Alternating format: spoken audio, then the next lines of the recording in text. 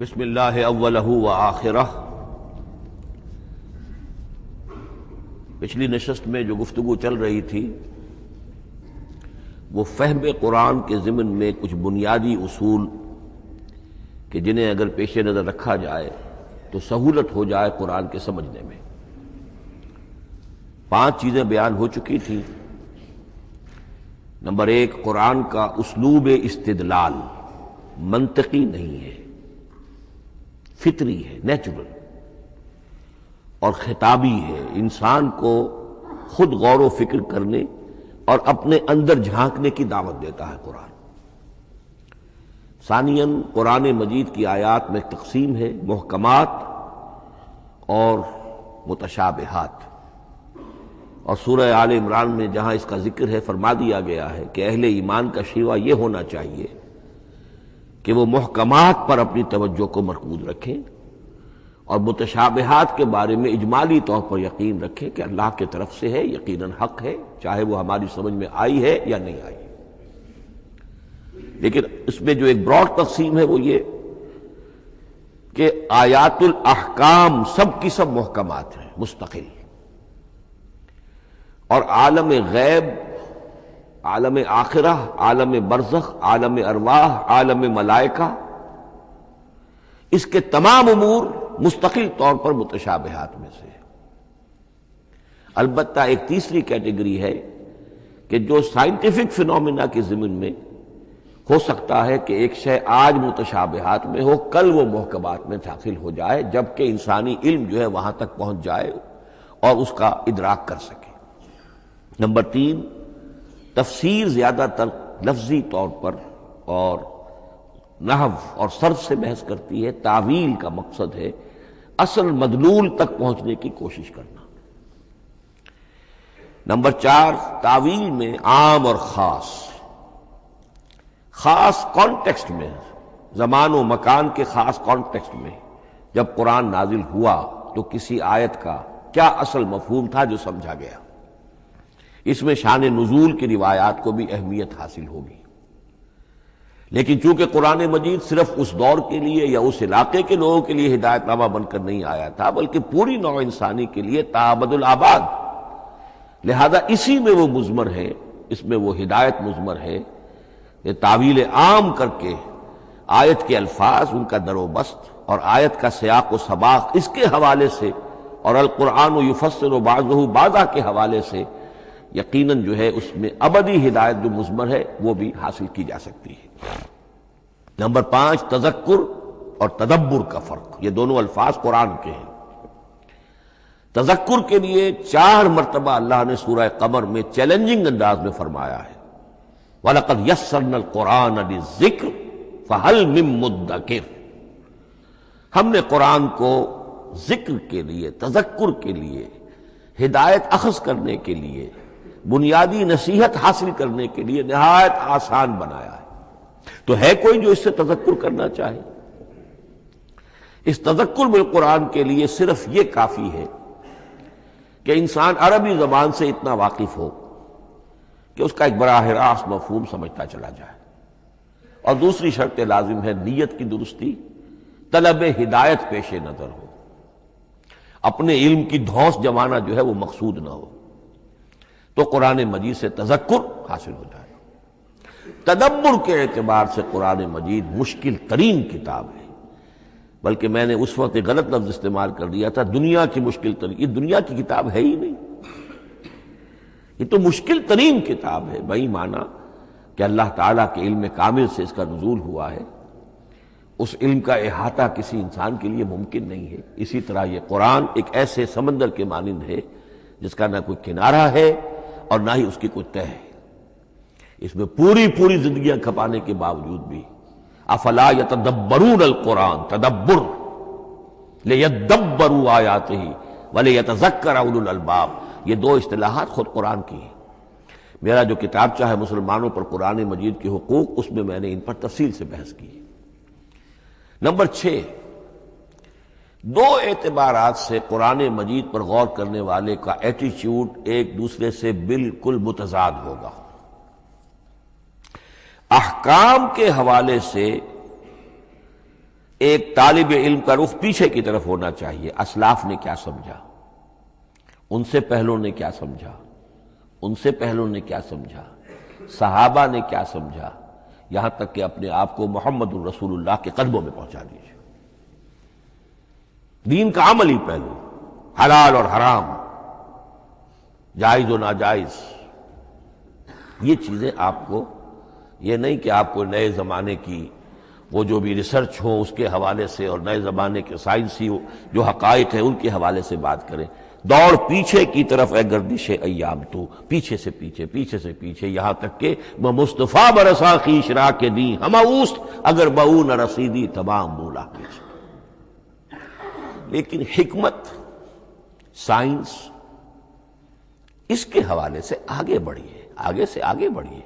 وہ تو میں عرض کر چکا ہوں کہ وہ جو فینومینا قرآن مجید میں سائنٹیفک مذکور ہیں ان کی اصل حقیقت جو ہے وہ ہمارے اگر اسلاف کو سمجھ میں نہیں آ سکی تو بات سمجھ میں آتی ہے۔ ابھی اس علم کی سطح ہی اتنی کمزور تھی، اتنی نیچی تھی کہ ان کی اس کا ادراک ممکن نہیں تھا۔ اس میں آگے بڑھیے تو اس میں بالکل متضاد ہو گیا کہ ایک میں زمانے کا ساتھ دینے کی بجائے زمانے سے بھی آگے چلو، اور ایک میں پیچھے پیچھے پیچھے پیچھے، یہاں تک کہ محمد الرسول اللہ والذین معہ، محمد الرسول اللہ والذین معہ، ان کے قدموں تک اپنے آپ کو پہنچا دو۔ آخری شے فہم قرآن کے ضمن میں، لیکن یہ last but not the least کے مصداق ہے، یہ بات بہت صراحت کے ساتھ مولانا مودودی نے لکھی ہے تفہیم القرآن کے مقدمے میں، اور بہت اہم بات ہے، بہت اہم بات ہے، اور وہ یہ ہے کہ قرآن مجید ایک ایسی کتاب نہیں ہے جسے کوئی محقق اور ریسرچ اسکالر اپنی لائبریری میں بیٹھ کر اور ریفرنس بک سامنے رکھ کر ادھر سے ادھر اور سمجھ لے۔ اس کے سمجھنے کی شرط لازم یہ ہے کہ جو یہ راستہ دکھاتا ہے اس پر چلنا شروع کرے۔ ایک ایک قدم کے بعد قرآنی حقائق مزید منکشف ہوں گے، اور مزید منکشف ہوں گے، اور مزید منکشف ہوں گے۔ جب تک قرآن مجید کے بتائے ہوئے راستے پر آدمی چلے گا نہیں، قرآن کی اصل حقیقت اس پر کبھی منکشف نہیں ہوگی۔ چاہے تفسیر لکھ دے، وہ تو لفظوں کی بحث ہے، صرف اور نحو ہے، یا روایات ہیں، وہ جمع کر دیجئے، لیکن یہ کہ قرآن مجید کا صحیح فہم عمل کے بغیر ممکن نہیں۔ جیسے قرآن مجید میں آتا زادتہم ایمانا، ایمان بڑھتا ہے، عمل کے ذریعے سے ایمان بڑھتا ہے۔ میں اس میں ایک شے کا اضافہ کر رہا ہوں، میرے نزدیک قرآن مجید مینول آف ریولیوشن، محمد عربی صلی اللہ علیہ وسلم نے ایک عظیم انقلاب برپا کیا دنیا میں، اور ایک انقلابی جد و جہد کی ہے۔ دعوت کے قبول کرنے والوں کو منظم کرنا، ان میں سم و طاعت کی عادت پیدا کرنا، پھر ان میں تن من دھن قربان کرنے کا جذبہ پیدا کرنا، پھر ان کا تزکیہ کرنا، ان کی تربیت، پھر جب وہ تیار ہو جائیں تو باطل سے ٹکر، اور اس میں پھر جہاد اور قتال کے مراحل، تاکہ انقلاب آ گیا، اور یہ کہ جاء الحق وزہق الباطل ان الباطل کان زہوقا۔ اس جد و جہد کے ہر مرحلے پر قرآن نازل ہو رہا ہے، جو اس مرحلے کے جو مسائل ہیں، جو اس مرحلے کے پرابلمز ہیں، جو اس مرحلے کی مشکلات ہیں، ان سے بحث کر رہا ہے۔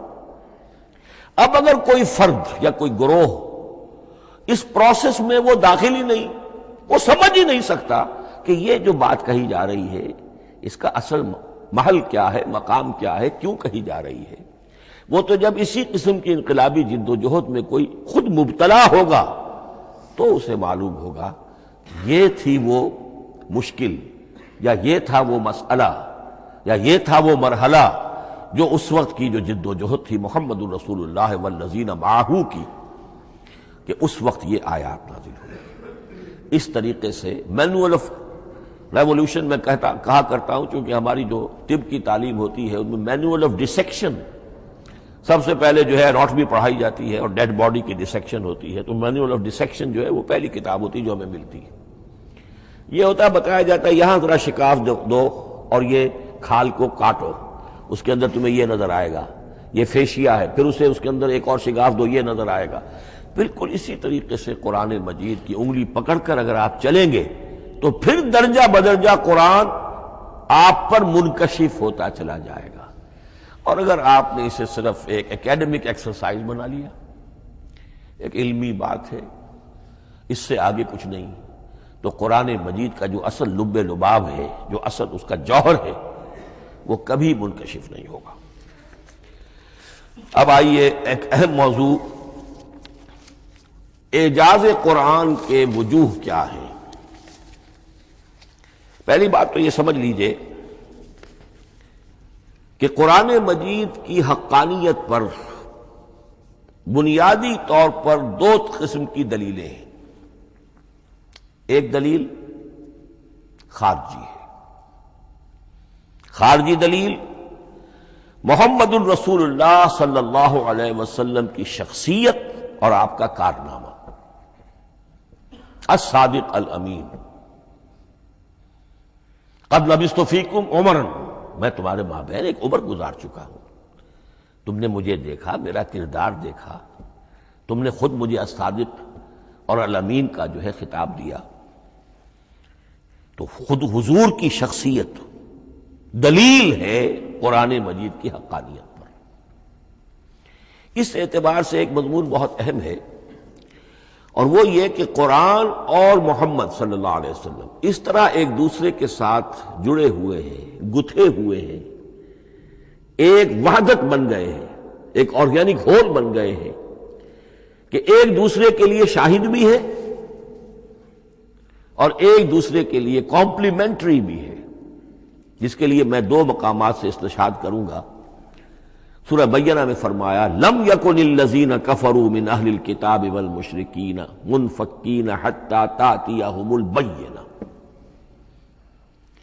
اہل کتاب میں سے اور کفار میں سے، مشرکین میں سے جو لوگ جنہوں نے کہ کفر کیا تھا، وہ علیحدہ نہیں کیے جا سکتے تھے جب تک کہ بینہ نہ آ جاتی۔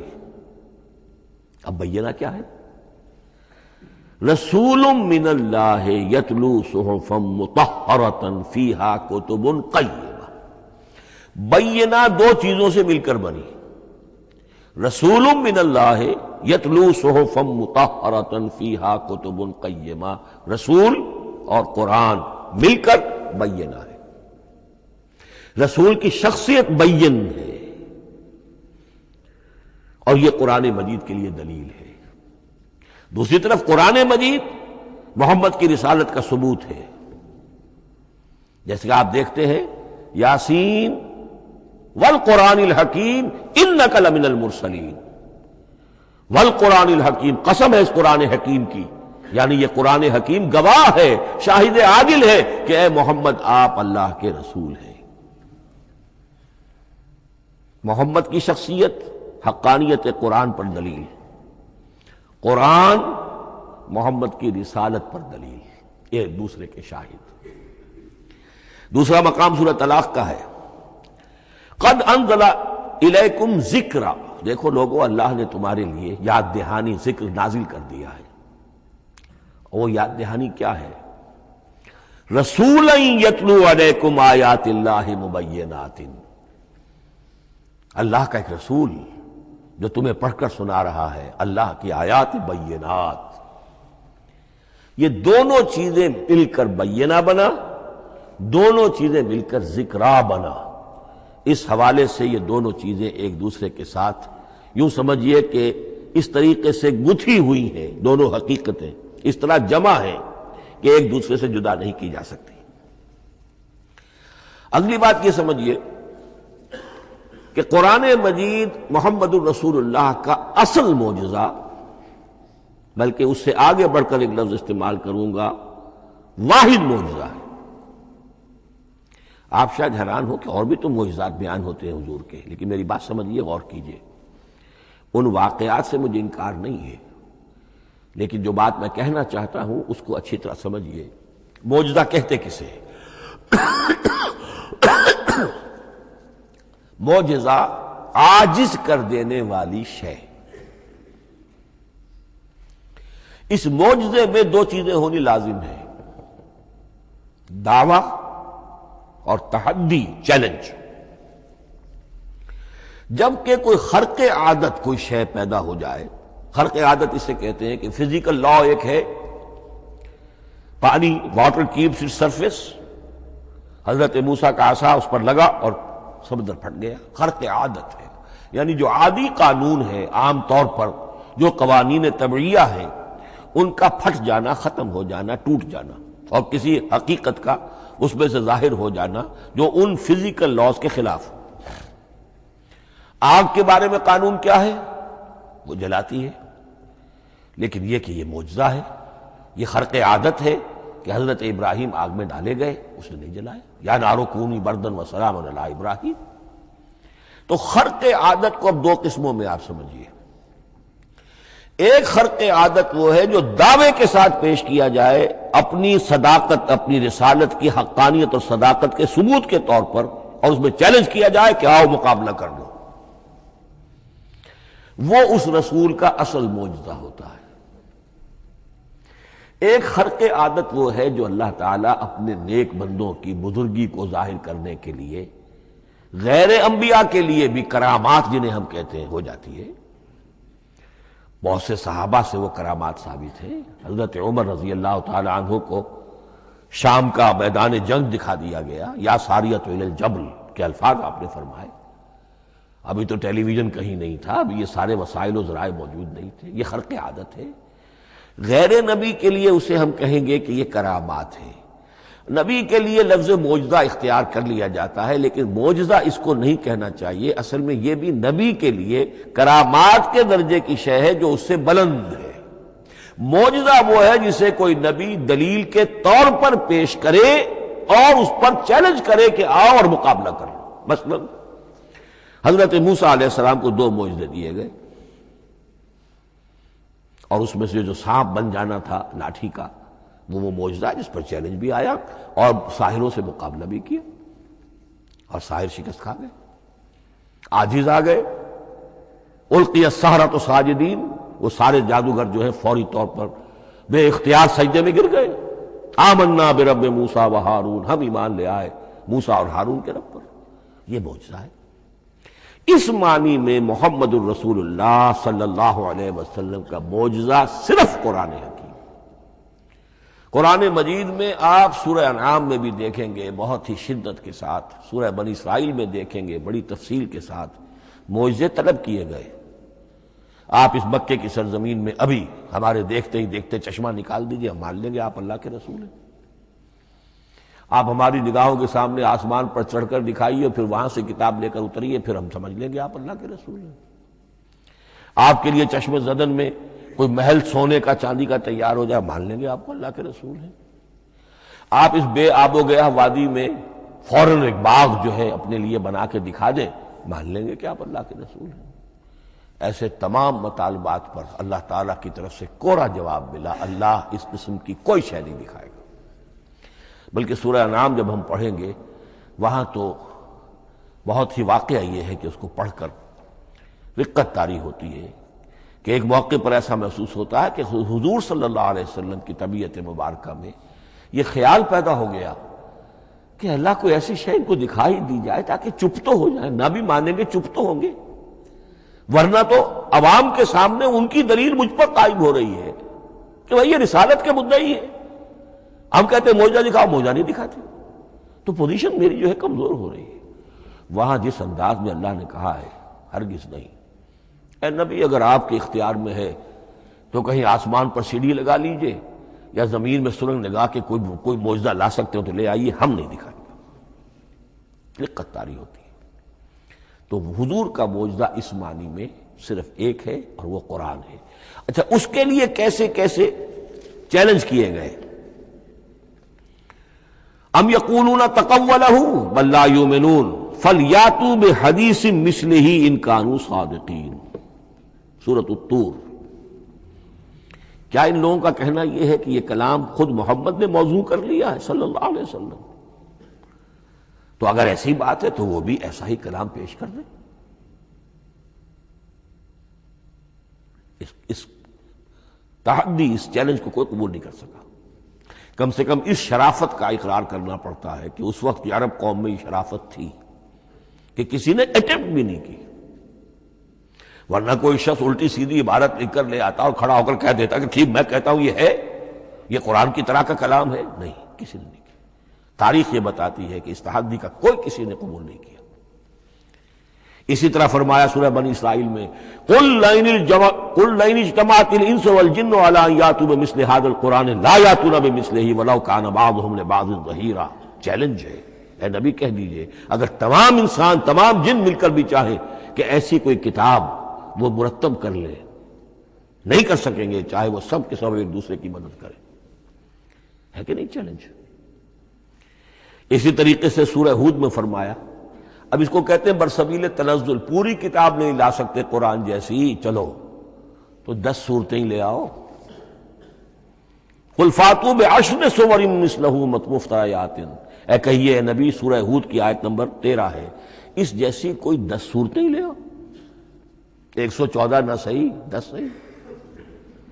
یہ بھی نہیں ہوا تو برسبیل تنزل اور سورہ یونس میں فرمایا قُلْ فَاتُوا بِسُورَةٍ مِّن مِثْلِهِ، ایک سورت ہی لے آؤ. اور اسی کو سورہ بقرہ کے 30 رکوع میں دہرایا گیا، وَإِن كُنتُمْ فِي رَيْبٍ مِّمَّا نَزَّلْنَا عَلَىٰ عَبْدِنَا فَأْتُوا بِسُورَةٍ مِّن مِّثْلِهِ وَادْعُوا شُهَدَاءَكُم مِّن دُونِ اللَّهِ إِن كُنتُمْ صَادِقِينَ. لیکن نوٹ کر لیجئے کہ کسی نے یہ جرأت نہیں کی، نہ قرآن کے اس دعوے کو چیلنج کیا، نہ کسی نے مقابلے کی کوشش کی، نہ کوئی اپنی کوئی تصنیف و تالیف یا اپنا کوئی کمپوزیشن لا کر اور یہ دعویٰ کر کے کھڑا ہوا کہ جمع کر لیجئے، منصف بلا لیجئے، کوئی کمیشن بٹھا لیجئے، میرا یہ کلام بھی بالکل ہم وزن ہے اس کلام کے. نہیں. اب ہمیں دیکھنا یہ ہے کہ وجوہ اعجاز قرآن مجید کے کیا کیا ہے. معجزہ تو یہ ہے، حضور کا اصل معجزہ یہ ہے، لیکن معجزہ کس کس پہلو سے ہے؟ یہ ایک ایسا موضوع ہے کہ جس پر پوری تصانیف لکھی گئی ہیں. وجوہ الاعجاز، وجوہ اعجاز القرآن، قرآن کے معجزہ ہونے کے کون کون سے پہلو ہیں. اس کا واقعہ یہ ہے کہ احسان ناممکن ہے، اور جیسے جیسے زمانہ آگے بڑھے گا اس کے اور پہلو واضح ہوتے جائیں گے. سنوریہم آیاتنا فی الآفاق وفی انفسہم حتی یتبین لہم انہ الحق. لیکن یہ کہ کس کس پہلو سے یہ معجزہ ہے، چند موٹی موٹی باتیں ضرور سمجھ لیجئے. لغت، ادب، فصاحت، بلاغت، عذوبت، مٹھاس، اس کے اعتبار سے قرآن معجزہ ہے. لیکن اس اعتبار سے قرآن معجزہ ہے یا تو تھا اپنے زمانے کے عربوں کے لیے، غیر عرب کے لیے تو نہیں تھا. غیر عرب جو ہے قرآن مجید کی جو بھی فصاحت و بلاغت ہے، اس کا جو لٹریری بیوٹی ہے، اس کو تو وہ اپریشیٹ نہیں کر سکتا تھا. یہ حصہ جو ہے یا تو عربوں کے لیے تھا اس وقت دائمی، یا آج بھی عرب کچھ نہ کچھ، بہرحال عربی ان کی زبان ہے، وہ پڑھتے ہیں. جیسا کہ میں نے عرض کیا تھا، چاہے عیسائی ہو اور چاہے یہودی ہو، وہ بھی اپنے ہاں لٹریچر کی، عربی لٹریچر کی ہائیسٹ کتاب کی حیثیت سے قرآن مجید پڑھانے پر مجبور ہے. ایک پہلو اس کا یہ ہے. اور اسی کے حوالے سے نوٹ کیجئے حضرت لبید رضی اللہ تعالی عنہ، یہ سبع معلقہ کے شعراء میں سے تھے آخری.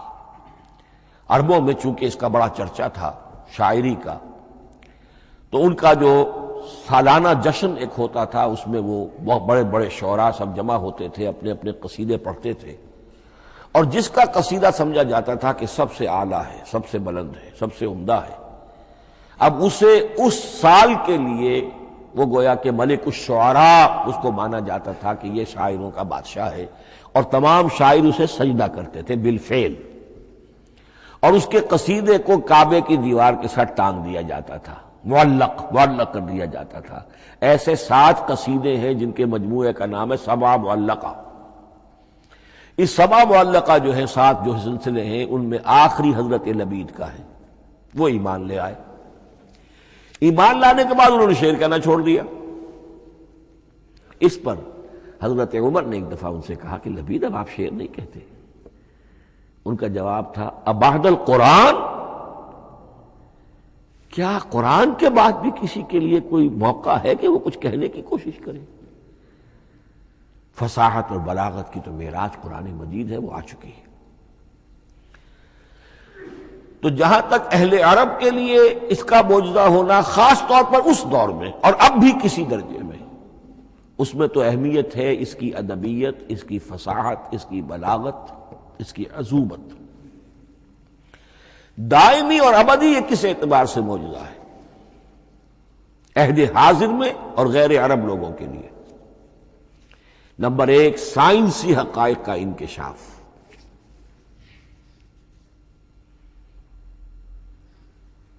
جس طریقے سے کہ یہ سائنسی حقائق منکشف ہوتے چلے جا رہے ہیں ابدی طور پر. میں ڈاکٹر مورس بکائی کا حوالہ دے چکا ہوں اور پروفیسر ڈاکٹر کیتھل مور کا حوالہ دے چکا ہوں، ان کو ذہن میں رکھیے. سنریہم آیاتنا فی الآفاق وفی انفسہم حتی یتبین لہم انہ الحق. نمبر دو، حضور کا وہ کارنامہ کہ آپ نے ایک عظیم انقلاب برپا کر کے دکھایا اور وہ نظام قائم کر کے دکھایا کہ جس سے بہتر، جس سے عادلانہ، جس سے زیادہ منصفانہ کوئی نظام دنیا میں نہ آج تک قائم ہوا ہے اور نہ اس کی کوئی دوسری نظیر پیش کی جا سکتی. یہ ہے سب سے بڑا معجزہ، اور معجزہ ہوا قرآن سے.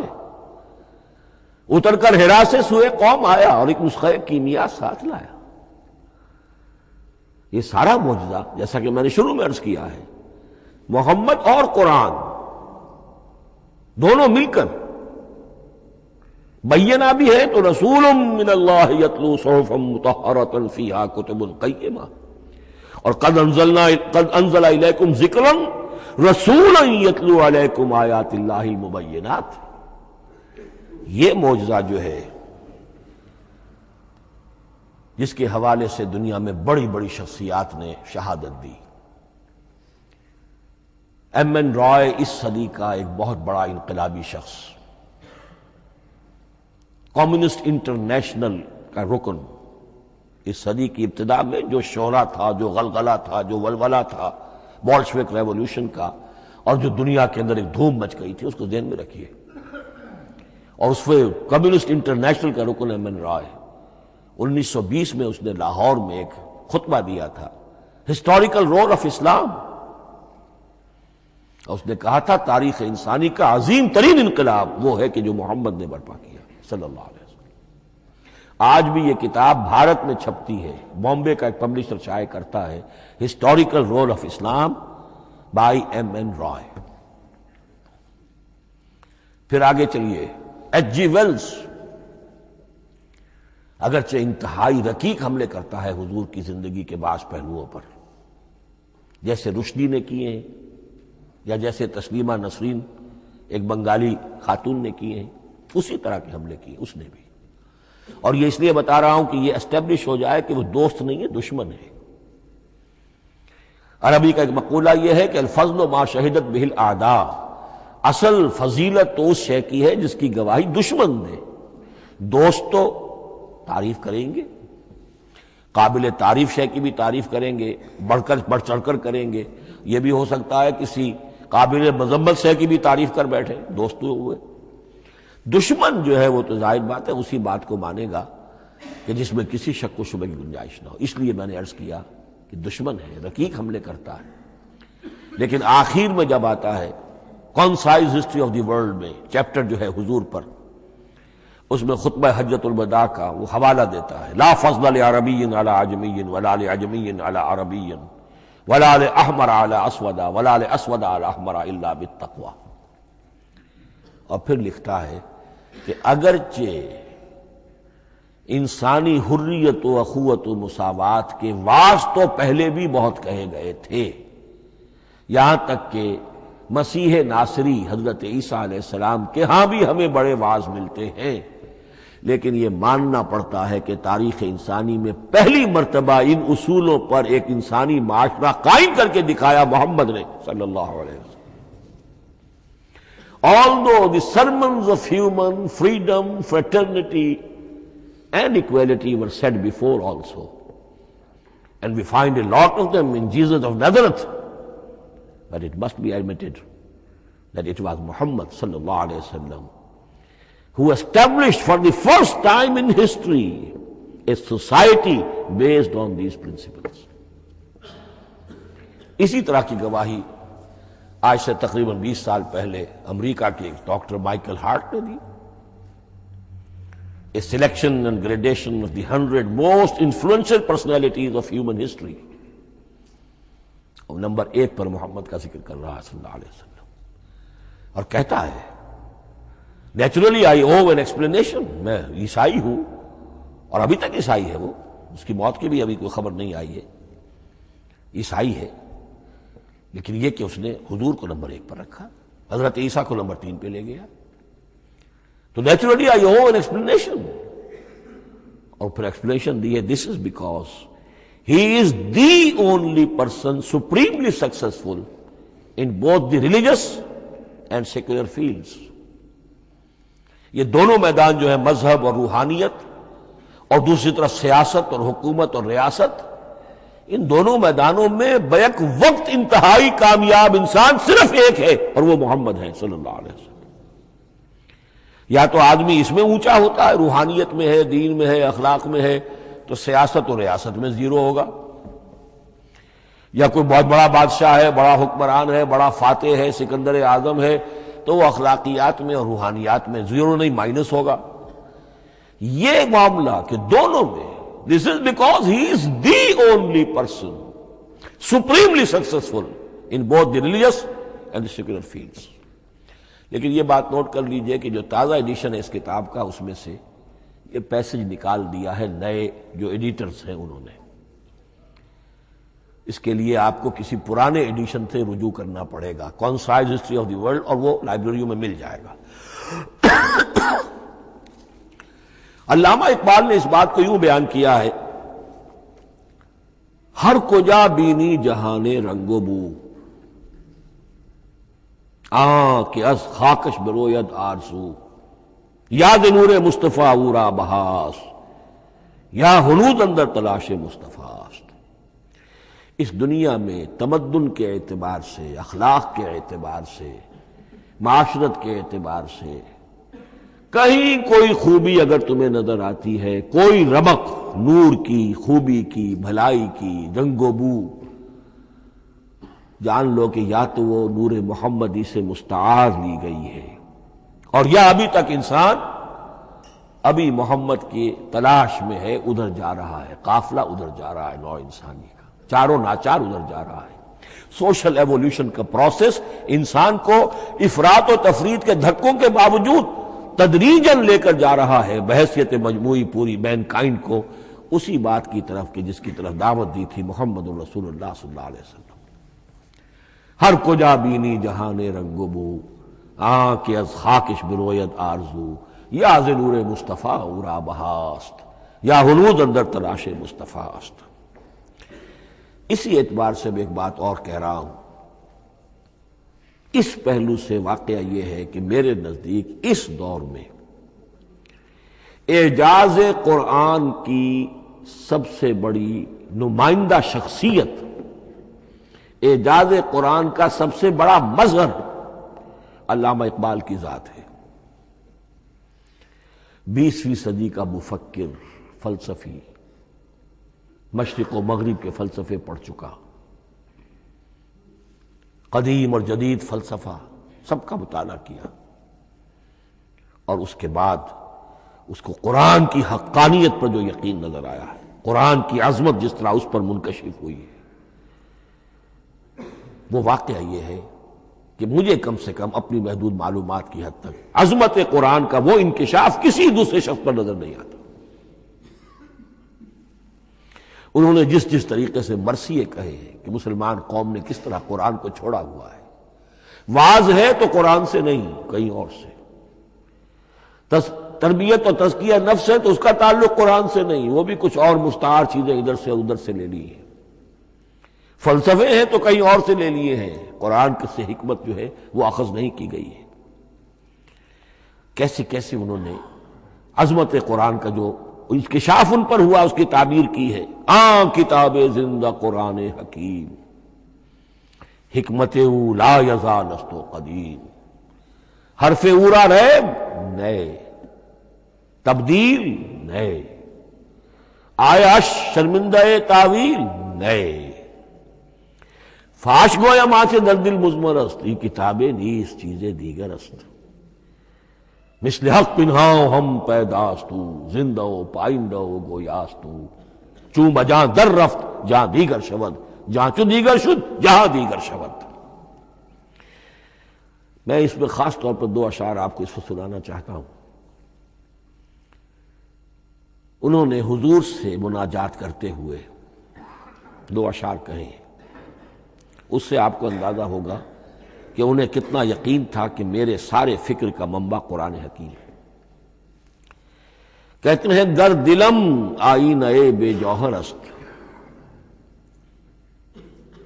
اے اللہ کے رسول صلی اللہ علیہ وسلم، اگر میرا دل اس آئینے کے مانند ہے جس میں چمک نہیں ہے، ورب حرفم غیر قرآن مضمر است، اور اگر میرے پیغام میں قرآن کے سوا کوئی شے شامل ہو گئی ہے، قرآن کے سوا کوئی چیز اس میں چھپی ہوئی ہے، مضمر ہے، پردہ ناموس فکرم چاک کن، تو میرے فکر کی ناموس کے دھجیاں بکھیر دیجئے، پردہ ناموس فکرم چاک کن، این خیامہ راز خارم پاک کن، اس شاہراہ کو اس کانٹے سے پاک کر دیجئے، کانٹا میرا، میں کانٹے کے مانند ہوں، پھر اٹھا کر پھینک دیجئے، روز محشر خار و رسوا کن مرا، بے نصیب از بوسہ پاک کن مرا، قیامت کے دن مجھے ذلیل و خوار کیجیے گا اور اپنے قدموں، اپنے پائے مبارک کا بوسہ لینے سے محروم کر دیجیے گا۔ یہ اتنی بڑی بد دعا جو اقبال اپنے آپ کو دے رہا ہے، تو کس قدر یقین اسے حاصل ہے کہ اس نے قرآن کی ترجمانی کی ہے۔ اب آئیے، بہت چھوٹے چھوٹے دو اور مضمون ہیں۔ قرآن حبل اللہ ہے، اس کے کیا معنی ہے؟ حبل رسی کو کہتے ہیں، اللہ کی رسی، حبل من مسد، سورہ لہب میں یہ لفظ آیا ہے۔ امام راغب نے اس کی تعبیر کی ہے، استعیر للوصل ولکل ما یتوصل به الی شیء، یا تو تعلق کو حبل سے استعارہ دیا جاتا ہے، استعارے کے طور پر حبل کا لفظ کسی تعلق کے لیے استعمال ہوتا ہے، یا کسی شے تک پہنچنے کا ذریعہ، وہ حبل ہے۔ اب یہ ہمیں لفظ ملتا ہے حضرت علی رضی اللہ تعالیٰ عنہ کی روایت میں، هو حبل اللہ المتین، ترمذی میں یہ الفاظ موجود ہیں، حضرت علی سے منقول ہے رضی اللہ تعالیٰ عنہ، یہی ہے اللہ کی مضبوط رسی، کیونکہ قرآن مجید میں آتا ہے وَاعْتَصِمُوا بِحَبْلِ اللَّهِ جَمِيعًا، تو حبل اللہ کون سی ہے؟ پھر یہ حضرت عبداللہ ابن عمر سے بھی ہے، یہ روایت موجود ہے رزین میں، هو حبل اللہ المتین، یہ قرآن ہی اللہ کی مضبوط رسی ہے۔ اللہ سے اب اس کے دو پہلو ہیں، ایک تو یہ کہ یہ اللہ سے جوڑ والی ہے، تقرب اللہ کا ذریعہ ہے، وصول الشیء، کسی چیز تک پہنچانے والی شے، اس کا سہل ترین، اللہ کے تقرب کا سہل ترین ذریعہ، مؤثر ترین ذریعہ قرآن حکیم ہے۔ چنانچہ ترمذی میں حضرت عبداللہ ابن مسعود کا یہ قول موجود ہے، القرآن حبل اللہ الممدود من السماء الی الارض، قرآن تو اللہ کی وہ رسی ہے جو تنی ہوئی ہے آسمان سے زمین کی طرف۔ یہ ترمذی میں تو اصل میں اثر ہے، حضرت عبداللہ ابن مسعود کا قول ہے، لیکن یہ کہ زید ابن ارقم سے یہ الفاظ جو ہیں مرفوعاً کہ یہ حضور کے الفاظ ہیں، یہ بھی منقول ہے، یہ حضور نے فرمایا کہ القرآن حبل اللہ الممدود من السماء الی الارض۔ اور ایک بڑی پیاری روایت ہے طبرانی کی معجم کبیر میں کہ ایک مرتبہ حضور اپنے حجرے سے برآمد ہوئے، مسجد نبوی کے ایک گوشے میں دیکھا کچھ صحابہ بیٹھے ہوئے قرآن سمجھ رہے ہیں، سمجھا رہے ہیں، پڑھ رہے ہیں، مذاکرہ قرآن۔ آپ کے چہرے پر بڑے بشاشت کے آثار ظاہر ہوئے، خوشی کے آثار۔ آپ چل کر تشریف لائے، پہلے ایک سوال کیا، الستم تشہدون اللہ الہ الا اللہ وانی رسول اللہ وہذا القرآن جاء من عند اللہ.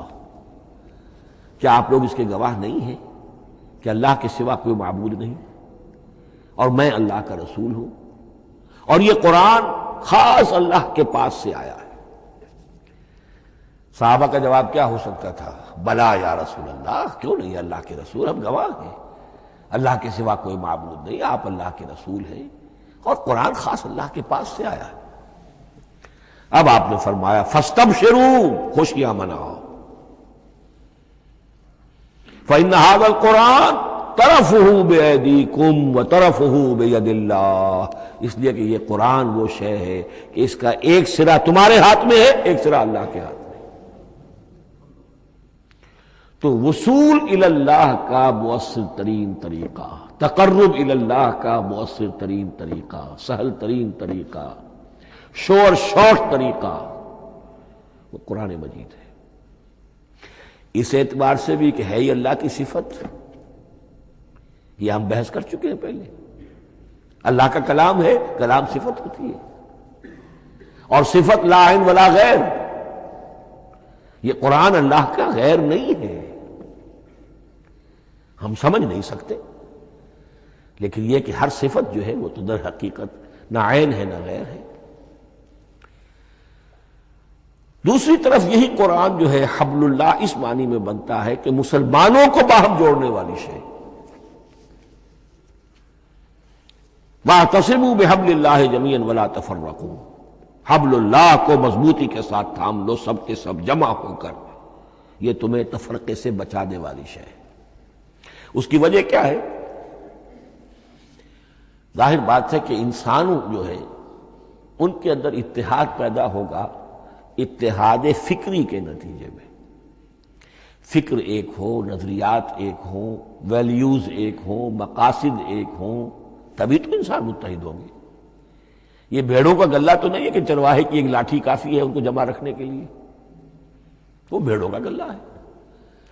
انسانوں کو جمع کرنے کے لیے کوئی ایسی شے جو تمہیں ایک فکر سے، ایک نظریے سے، ایک مقصد سے، ایک نصب العین سے متصف کر دے، وہ تمہیں جوڑ دے گی. اور قرآن وہ شے ہے جو ایک فکر دیتا ہے، ایک خیال دیتا ہے، ایک نظریہ دیتا ہے، ایک عقیدہ دیتا ہے، ایک مقصد دیتا ہے، ایک نصب العین دیتا ہے. اللہ کے لیے جینا، اللہ کے لیے مرنا، ان صلاتی و نسکی و محیایا و مماتی للہ رب العالمین. ایک آئیڈیل دیتا ہے محمد الرسول اللہ کی شکل میں، لقد کان لکم فی رسول اللہ اسوۃ حسنہ. اب قرآن وہ چیز ہے کہ جو تمہیں آپس میں جوڑتی چلی جائے گی، تمہارے درمیان اتحاد پیدا ہو جائے گی. آخری چیز، مسلمانوں پر قرآن مجید کے حقوق کیا ہیں. یہ صرف اشارہ کروں گا اس لیے کہ اس پر میرا کتابچہ موجود ہے اور اس کتابچے کو اللہ تعالیٰ نے بہت قبول عام عطا فرمایا.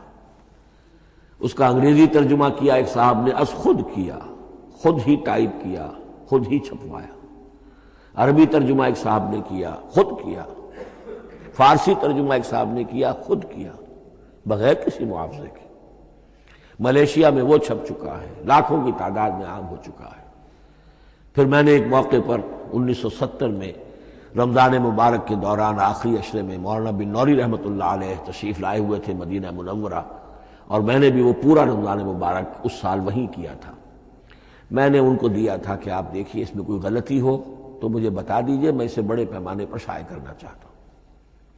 انہوں نے حالت اعتکاف میں مسجد نبوی میں پڑھا ہے، صرف ایک جگہ ایک جملے میں انہوں نے اصلاح تجویز کی، وہ میں نے کر دی.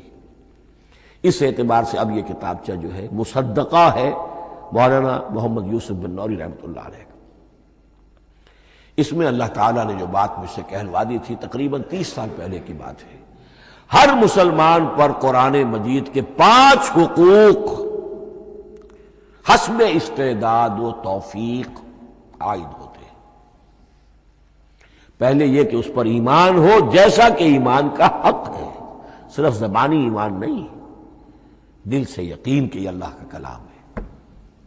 اور اس کا نتیجہ کیا ہوگا؟ پھر عظمت اس کی پیدا ہوگی، ایمان و تعظیم، یہ پہلا حق ہے. تلاوت و ترتیل، اس کو پڑھے جیسے کہ پڑھنے کا حق ہے، پھر سمجھے جیسے کہ سمجھنے کا حق ہے، تذکر و تدبر، پھر عمل کرے، انفرادی طور پر بھی اجتماعی طور پر بھی۔ انفرادی طور پر جو آپ کی زندگی کے معاملات ہیں وہ آپ قرآن کے مطابق طے کریں، قومی سطح پر حکومت اور ریاست اور قانون اور سیاست، اس کے سارے تقاضے قرآن کے مطابق پورے ہوں، اور آخری یہ کہ اس قرآن کو پہنچائیں اور عام کریں، جس کے لیے حضور نے اس حد تک اس میں عمومیت کر دی ہے کہ بلغوا انی ولو آیۃ، پہنچاؤ میری جانب سے خواہ ایک ہی آیت پہنچاؤ، میرا کوئی امتی اس سعادت سے بالکل محروم نہ رہ جائے۔ اول تو خیرکم من تعلم القرآن وعلمہ، تم میں سے بہترین لوگ وہ ہیں جو اسی کے لیے اپنے آپ کو وقف کر دیں، قرآن پڑھیں اور پڑھائیں، سیکھیں اور سکھائیں، سمجھیں اور سمجھائیں۔ اس لیے کہ سمجھنے اور سمجھانے، سیکھنے اور سکھانے، پڑھنے اور پڑھانے کا بھی کوئی ایک لیول تو نہیں ہے، ایک عام لوگوں کی سطح ہے، ایک ان سے اوپر کی سطح ہے، ایک انٹلیکچوئلز کی سطح ہے، ایک جینیس لوگوں کی سطح ہے۔ ان تمام سطحوں پر قرآن کو سمجھانے کے لیے، پہنچانے کے لیے خود بھی تو اوپر اٹھنا پڑے گا، خود اسے سیکھنا پڑے گا، خود اس کی گہرائی میں غوطہ زنی کرنی پڑے گی، اور یہ ایک لائف لانگ پروسیس ہے، یہ کوئی پارٹ ٹائم جاب نہیں ہے، یہ کوئی صرف پیس ٹائم نہیں ہے، یہ کوئی ہابی نہیں ہے، ہمہ وقت ہمہ تن، خیرکم من تعلم القرآن وعلمہ۔ اب آخری بات بتا رہا ہوں، اور وہ یہ ہے کہ قرآن مجید وحی باللفظ ہے، صرف وحی بالمعنی نہیں ہے۔ یہ بحث اصل میں کیونکہ ہمارے پڑھے لکھے طبقے میں کچھ زیادہ ہو جاتی ہے، خاص طور پر جو مشنری اسکولوں وغیرہ میں پڑھے ہوں اور عیسائیت اور اس کے عقائد اور اس کے فلسفے کی کوئی تھوڑی بہت ان کو کوئی چھوت لگ گئی ہو۔ عیسائیوں کے ہاں یہ عقیدہ ہے، اجماعی عقیدہ ہے کہ وحی بالمعنی ہوتی ہے، یعنی وحی کا ایک مفہوم ہے جو نبی پر اتار دیا جاتا ہے، پھر نبی اپنے الفاظ میں اسے ادا کرتا ہے۔ لفظ اللہ کے نہیں ہوتے، لفظ نبی کے ہوتے ہیں، مفہوم اللہ کا ہوتا ہے۔ ان کے لیے مجبوری یہ ہو چکی ہے جس کی وجہ سے انہیں یہ عقیدہ اپنانا پڑا کہ کوئی ایک انجیل ہے ہی نہیں، 104 انجیلوں میں سے وہ انہوں نے 4 سلیکٹ کی تھی کینونیکل گاسپلز، باقی جو ہیں وہ اب وہ ان کو مستند نہیں مانتے، اپوکریفل کہتے ہیں۔ اور میں نے ایک مرتبہ ایک پادری صاحب سے، مسٹر وائٹ ہوتے تھے منٹگمری میں نے ان سے پوچھا which one of them is Bible؟ یہ متی اور یہ لیوک اور مارکس اور جان، ان میں سے کون سی بائبل کون سی ہے؟ تو اس نے جواب دیا none of them is Bible، Bible is in them، ان میں سے کوئی ایک بھی مشخص طور پر، معین طور پر بائبل نہیں ہے، بائبل ان میں ہے بحیثیت مجموعی۔ لہذا ان کے لیے یہ عقیدہ جو ہے وہ لازم سا ہو گیا۔ ہمارے ہاں بھی بعض فلاسفہ نے اس قسم کی باتیں کی ہے کہ جن سے یہ دھوکہ لگتا ہے، لیکن میں خاص طور پہ چونکہ علامہ اقبال کا تذکرہ میں نے آج کیا ہے، اسی حوالے سے میں ان کا ایک واقعہ بیان کرنا چاہتا ہوں۔ ایف سی کالج لاہور کے پرنسپل تھے ڈاکٹر یوئنگ، ایک دعوت تھی، اس میں علامہ بھی تھے، وہ بھی تھے۔